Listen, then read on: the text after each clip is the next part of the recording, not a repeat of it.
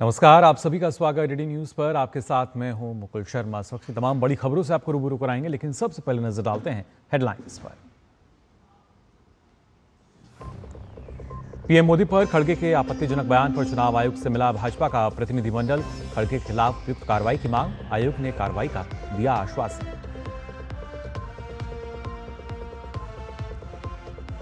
बंगाल और तमिलनाडु में कल डाले जाएंगे वोट, चुनाव आयोग ने की व्यापक तैयारियां। वहीं बंगाल में दूसरे चरण के लिए चुनाव प्रचार जोरों पर।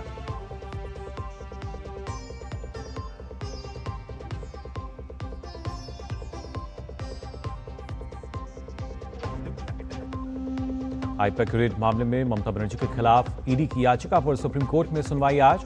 ममता पर है ईडी की कार्रवाई में हस्तक्षेप का आरोप।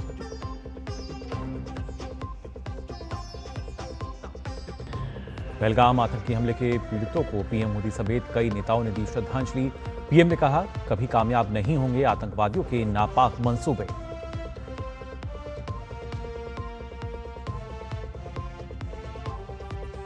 और ट्रंप का बड़ा दावा, हॉर्मुज खोलने के लिए गिड़गिड़ा रहा है ईरान। साथ ही कहा, हॉर्मुज के बंद होने से ईरान को प्रतिदिन 50 करोड़ अमेरिकी डॉलर का नुकसान। और आइए खबरें देखते हैं विस्तार से। आपको बता दें, प्रधानमंत्री नरेंद्र मोदी पर दिए गए आपत्तिजनक बयान पर भाजपा प्रतिनिधिमंडल ने नई दिल्ली में चुनाव आयोग से मुलाकात की।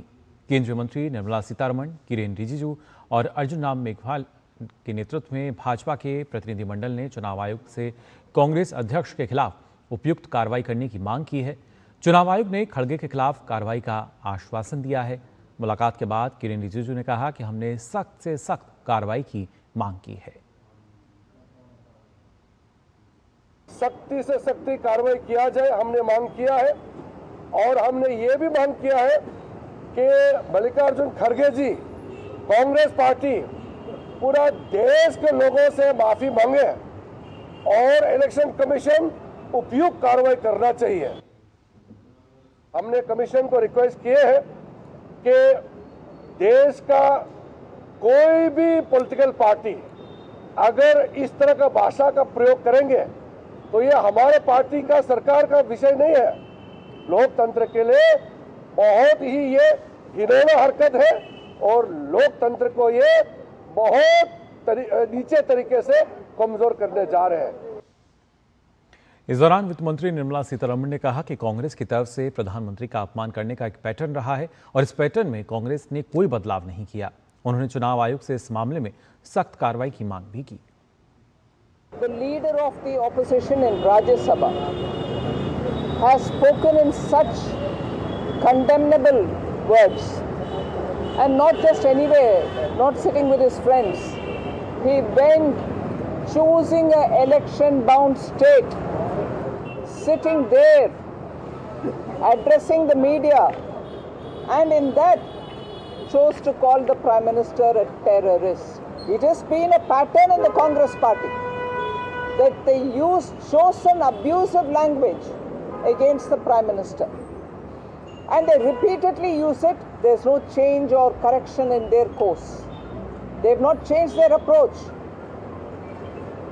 And today, when we appeared before the commission, the full commission, we highlighted the fact that if a party repeatedly does this and calls the Prime Minister all kind of abusive names, today, the words that Shri Mallikarjun Kharge has used, calling him a terrorist, is the bottommost in the pit that they have falling.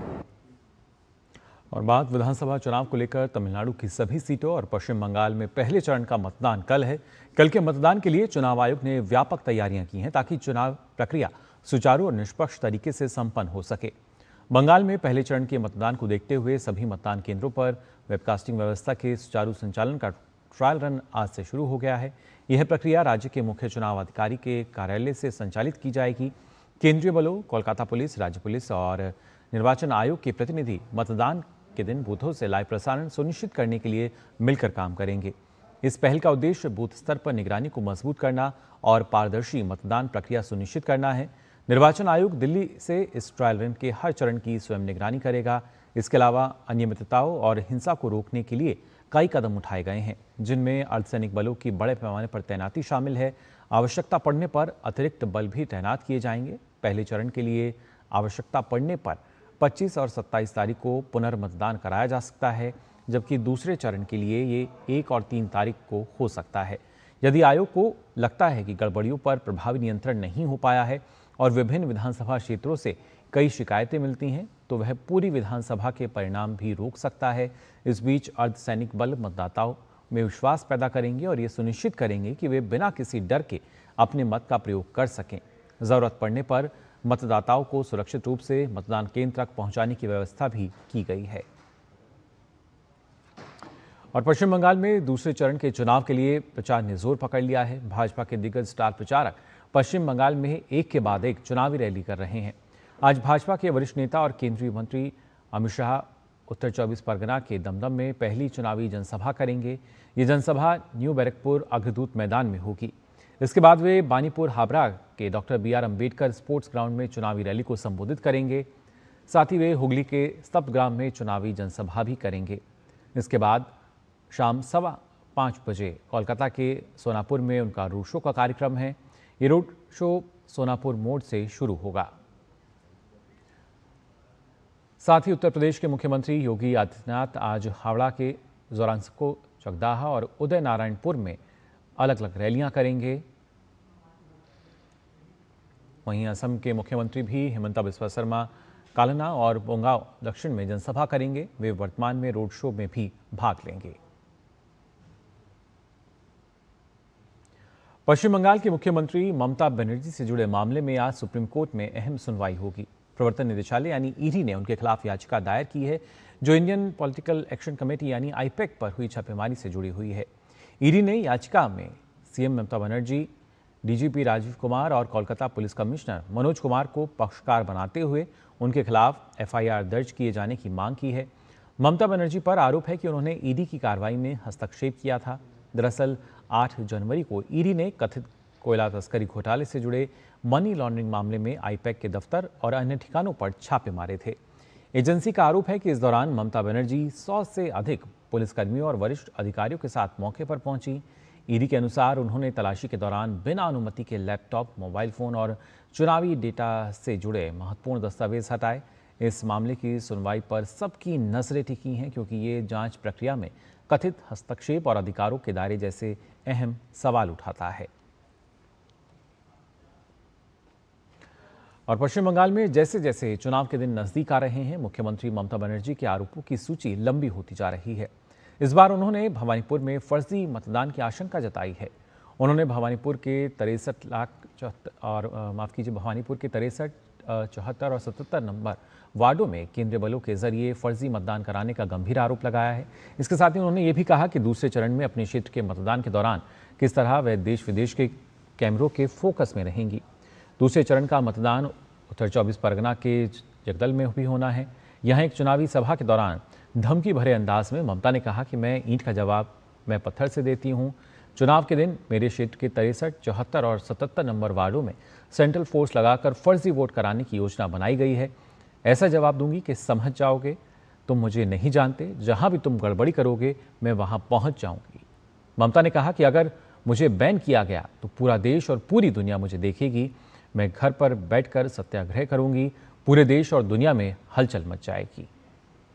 तो धमकी भरा अंदाज यहां देखने को मिल रहा है ममता बनर्जी का। फोर्स লাগিয়ে সেন্ট্রাল ফোর্সকে দিয়ে ছাপ্পা করবে, এমন ধাপ্পা দেব না বুঝবে ঠেলা। তুমি আমাকে চেনো না, যেখানে তুমি গন্ডগোল করবে আমি গিয়ে হাজির হব। তুমি আটকাও আমাকে, আমাকে তুমি ব্যান করবে। আমাকে ব্যান করলে সারা ভারতবর্ষ, সারা পৃথিবী আমাকে দেখাবে। আমি ঘরে বসে সত্যাগ্রহ করব, আমার বাড়ির বারান্দায় বসে সারা দেশে তোলপাড় হবে, সারা বিশ্বে তোলপাড় হবে। আর তোমাদের হল্লাবাজি, তোমাদের হুল্লোড় আর তোমাদের হল্লাবাজি, হল্লার দলকে আমি ঘরে ঢুকিয়ে ছাড়বো। এটা আমার প্রতিজ্ঞা, এটা আমার শপথ, এটা আমার অঙ্গীকার। केंद्रीय सुरक्षा बलों पर आरोप और एक बार फिर से धमकी भरा बयान उनका यहां सामने आया। पश्चिम बंगाल की मुख्यमंत्री ममता बनर्जी ने कोलकाता हवाई अड्डे के कर्मचारियों पर उनका हेलीकॉप्टर रोके जाने का भी आरोप लगाया है। विधानसभा चुनाव के दूसरे चरण के प्रचार के दौरान जगदल में एक जनसभा को संबोधित करते हुए मुख्यमंत्री ने कहा कि कोलकाता रनवे पर उनके हेलीकॉप्टर को जानबूझकर रोका गया। पहलगाम आतंकी हमले को आज 1 साल हो गया है। पहलगाम आतंकी हमले की पहली बरसी पर देश की आंखें नम हैं। पहलगाम के शहीदों की शहादत को देश भूला नहीं है। आज देश उनकी कुर्बानी को याद कर रहा है।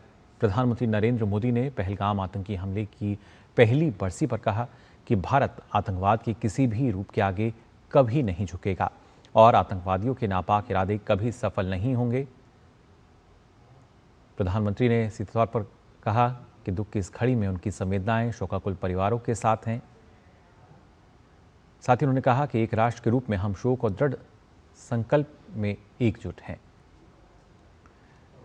प्रधानमंत्री ने कहा कि जिस तरीके से उन्होंने बताया कि पिछले साल आज ही के दिन पहलगाम में हुए भयानक आतंकी हमले में जान गंवाने वाले निर्दोष लोगों को हम याद कर रहे हैं, उन्हें कभी भुलाया नहीं जाएगा। मेरी संवेदनाएं उन शोक संतप्त परिवारों के साथ हैं जो इस अपार क्षति का सामना कर रहे हैं। साथ ही उन्होंने कहा कि एक राष्ट्र के रूप में हम इस दुख और संकल्प की घड़ी में एकजुट हैं। भारत आतंकवाद के किसी भी रूप के आगे कभी नहीं झुकेगा। आतंकवादियों के नापाक मंसूबे कभी कामयाब नहीं होंगे। साथ ही रक्षा मंत्री राजनाथ सिंह ने पहलगाम हमले में जान गंवाने वाले लोगों को श्रद्धांजलि दी। सोशल मीडिया प्लेटफॉर्म एक्स पर दुख जताते हुए उन्होंने कहा कि 22 अप्रैल 2025 को जम्मू कश्मीर के पहलगाम में हुए कायरतापूर्ण आतंकी हमले में अपनी जान गंवाने वाले निर्दोष लोगों को मैं श्रद्धांजलि अर्पित करता हूं। हम उनके परिजनों और प्रियजनों के असीम दुख में सहभागी हैं। हमारे राष्ट्र पर लगे इन घाव को हम कभी नहीं भूलेंगे। भारत ने दशकों से सीमा पार आतंकवाद का सामना किया है, लेकिन आज हमारा जवान दृढ़, निर्णायक और अडिग है। अपनी ठोस और संकल्पित कदमों के माध्यम से हमने यह स्पष्ट कर दिया है कि हमारे लोगों को नुकसान पहुंचाने या हमारी एकता को बाधित करने की किसी भी कोशिश का सामना पूरी ताकत और स्पष्टता के साथ किया जाएगा। पहलगाम में हुए घातक आतंकी हमले की पहली बरसी पर, जिसमें 26 लोगों की जान गई थी, भारतीय सेना ने आतंकवाद के खिलाफ अपना संकल्प दोहराया। सेना ने ऑपरेशन सिंदूर के तहत की गई निर्णायक कार्रवाई को याद किया और आतंकियों को चेतावनी दी कि भारत के खिलाफ किसी भी हरकत का जवाब निश्चित रूप से दिया जाएगा। इस जघन्य हमले की बरसी पर सेना के एडीजीपी पर पोस्ट करते हुए कहा, भारत के खिलाफ हर कार्रवाई का जवाब तय है, न्याय जरूर मिलेगा हमेशा। साथ ही ऑपरेशन सिंदूर जारी है संदेश वाला ग्राफिक भी साझा किया। गृह मंत्री अमित शाह ने पहलगाम हमले की बरसी पर कहा कि आतंकवाद मानवता का बड़ा दुश्मन है और भारत आतंकवाद और उसे शरण देने वालों के खिलाफ अपनी शून्य सहिष्णुता की नीति जारी रखेगा। अपने एक संदेश में उन्होंने कहा कि आज के दिन हम पिछले वर्ष पहलगाम में हुए भयानक आतंकी हमले में खोए निर्दोष लोगों को श्रद्धापूर्वक याद करते हैं। अपनों को खोने का दुख आज भी हर भारतीय के दिल में बना हुआ है। आतंकवाद मानवता का सबसे बड़ा दुश्मन है, जिसके खिलाफ हमें एकजुट होकर लड़ना है और उसे हराना होगा। भारत आतंकवाद और उसे शरण देने वालों के खिलाफ अपनी शून्य सहिष्णुता की नीति जारी रखेगा। उपराष्ट्रपति सीपी राधाकृष्णन ने पहलगाम आतंकी हमले में जान गंवाने वाले निर्दोषों को श्रद्धांजलि दी। विभत्स आतंकी हमले को याद करते हुए उन्होंने सोशल मीडिया प्लेटफॉर्म पर कहा कि मैं पहलगाम आतंकी हमले के पीड़ितों को श्रद्धापूर्वक याद करता हूं। उस विभत्स और कायरतापूर्ण आतंकी कृत्य में खोई निर्दोष जिंदगियां हमारी सामूहिक स्मृति में हमेशा के लिए अंकित हैं। मैं दिवंगत आत्माओं को भावभीनी श्रद्धांजलि अर्पित करता हूं और उनके परिवारों के साथ एकजुटता से खड़ा हूं। जिनका दुख असीम है, वे हमेशा याद किए जाएंगे। ऐसी क्रूर घटनाएं हमारे शांति, एकता और मानवता के स्थायी मूल्यों के प्रति संकल्प को कभी कमजोर नहीं कर सकती। हम आतंकवाद के हर रूप और स्वरूप से लड़ने के लिए अपने दृढ़ निश्चय पर अडिग हैं। और फिलहाल बुलेटिन में हम यहाँ रुक रहे हैं छोटे से ब्रेक के लिए, जल्द लौटते हैं।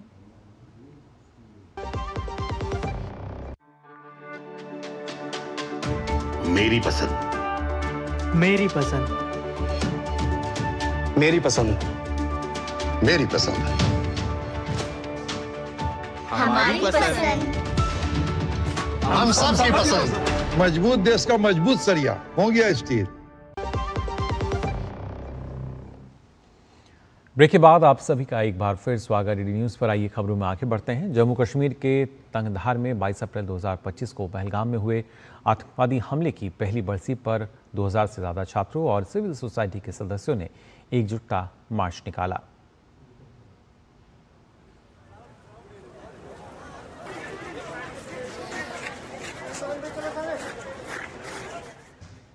तंगधार की तस्वीरें। वहीं पहलगाम आतंकी हमले में मारे गए शुभम द्विवेदी की पत्नी ऐशन्या द्विवेदी ने पहलगाम आतंकी हमले के 1 वर्ष पूरे होने पर कहा कि पहलगाम आतंकी हमला हम 26 परिवारों के लिए बहुत बड़ी घटना और दुखद घटना है, लेकिन मुझे लगता है कि ये भू राजनीति स्तर पर भी ये बहुत बड़ी घटना थी।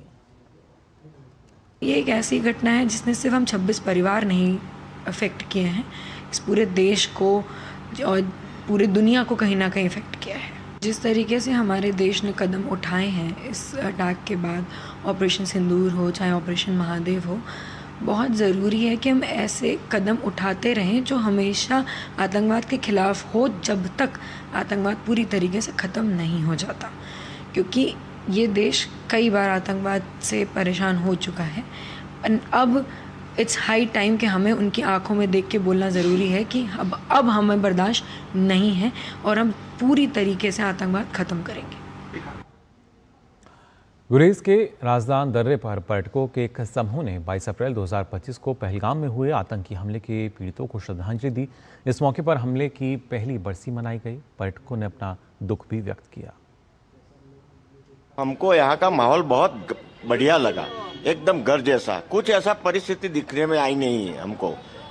सब लोग को आना है, इधर एंजॉय करना है। बहुत भारी भारी एंजॉय किया हमने, पर अभी कुछ ऐसा माहौल नहीं है कि जैसा डर जैसा माहौल लगे हमको। ऐसा कोई माहौल है ही नहीं। तो जो पर्यटक वहां पहुंच रहे हैं उनका मानना कि स्थिति बिल्कुल सामान्य है, किसी भी तरह का कोई डर या भय वहां पर नहीं है। जर्मनी दौरे पर रक्षा मंत्री राजनाथ सिंह ने पश्चिमी एशिया संकट में जारी संघर्ष के बारे में कहा कि हॉर्मुज़ स्ट्रेट में व्यवधान कोई दूर की घटना नहीं, बल्कि ये कड़वी सच्चाई है जिसका भारत की सुरक्षा और आर्थिक स्थिरता पर सीधा असर पड़ता है। अपनी 3 दिवसीय यात्रा के पहले दिन रक्षा मंत्री ने रक्षा एवं सुरक्षा संबंधी संसदीय स्थायी समिति को संबोधित करते हुए ये भी कहा कि आज दुनिया नए सुरक्षा खतरों का सामना कर रही है और तकनीकी परिवर्तन ने हालातों को बेहद जटिल बना दिया है। उन्होंने बदलते परिवेश के अनुकूल ढलने की तत्परता के साथ एक नए दृष्टिकोण पर भी जोर दिया। रक्षा मंत्री ने भारत और जर्मनी के रक्षा औद्योगिक पारिस्थितिकी तंत्र के बीच सहयोग बढ़ाने की भी वकालत की।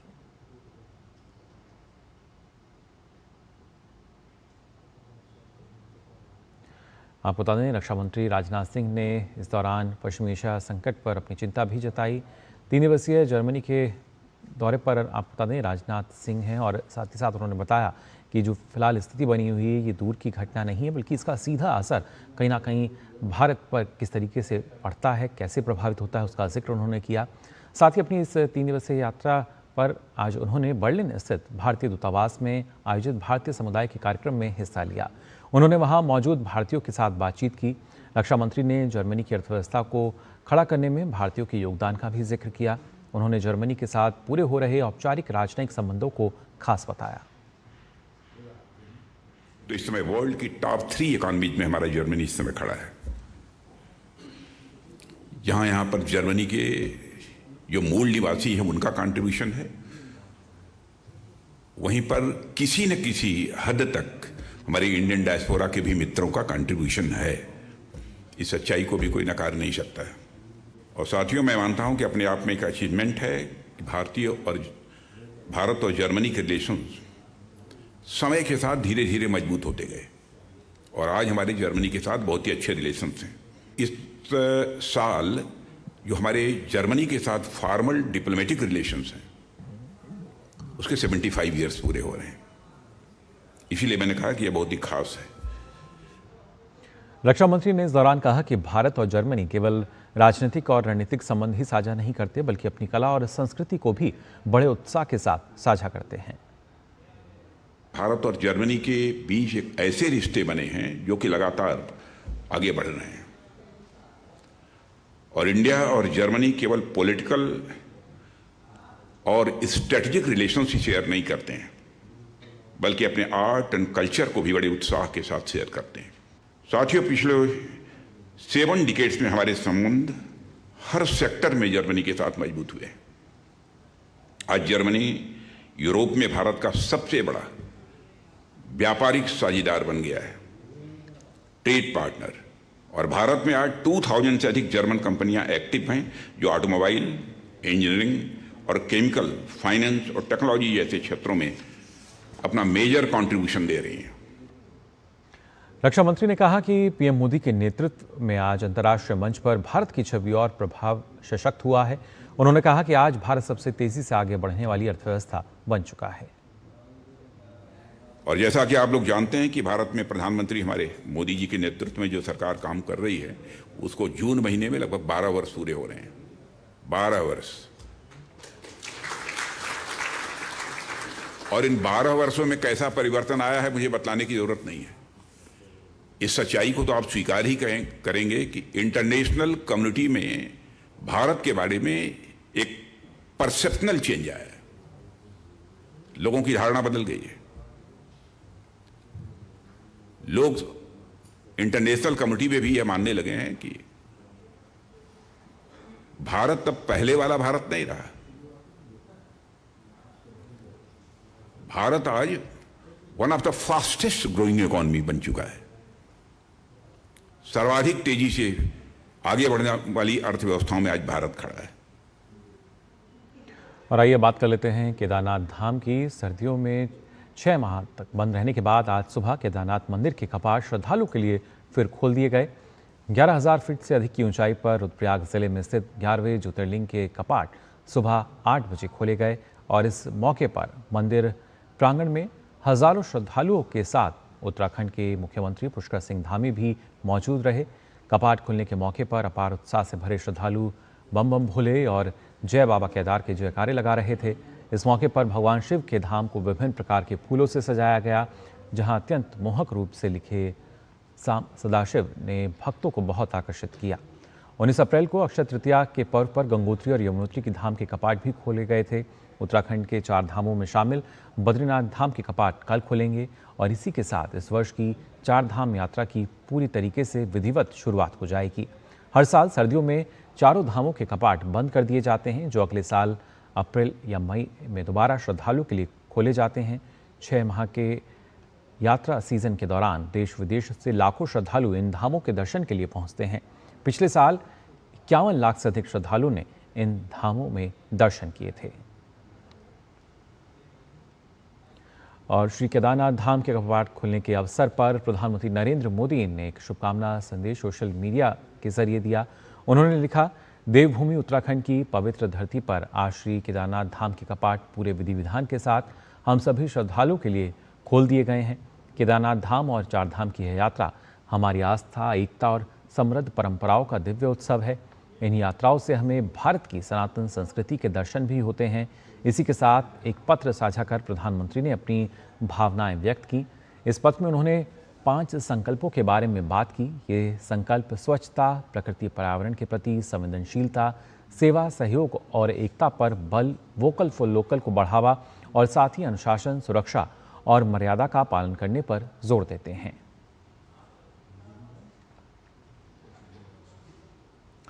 आपको बता दें, उत्तर प्रदेश के अलीगढ़ स्थित शेखा झील पक्षी अभ्यारण्य को रामसर साइट का दर्जा मिल गया है। इसके साथ ही है राज्य की 12वीं और भारत की 99वीं रामसर साइट बन गई है। केंद्रीय पर्यावरण, वन और जलवायु परिवर्तन मंत्री भूपेंद्र यादव ने सोशल मीडिया प्लेटफॉर्म एक्स पर इसकी जानकारी साझा की। उन्होंने कहा कि इस मान्यता से स्थानीय लोगों की आजीविका, जैव विविधता संरक्षण के साथ साथ जल और जलवायु सुरक्षा को भी बढ़ावा मिलेगा। शेखा झील सेंट्रल एशियन फ्लाईवे पर स्थित एक महत्वपूर्ण पड़ाव है, जहां सर्दियों के मौसम में बार-हेडेड गूज, पेटेंट स्टॉक और कई प्रजातियों की बतखें प्रवास करती हैं। आपको बता दें, केंद्रीय मंत्री ने इस उपलब्धि का श्रेय प्रधानमंत्री नरेंद्र मोदी के नेतृत्व में चल रही पारिस्थितिकी तंत्र पुनर्स्थापना के प्रयासों को दिया और कहा कि भारत की वेटलैंड संरक्षण के प्रति प्रतिबद्धता को वैश्विक स्तर पर सराहना मिल रही है।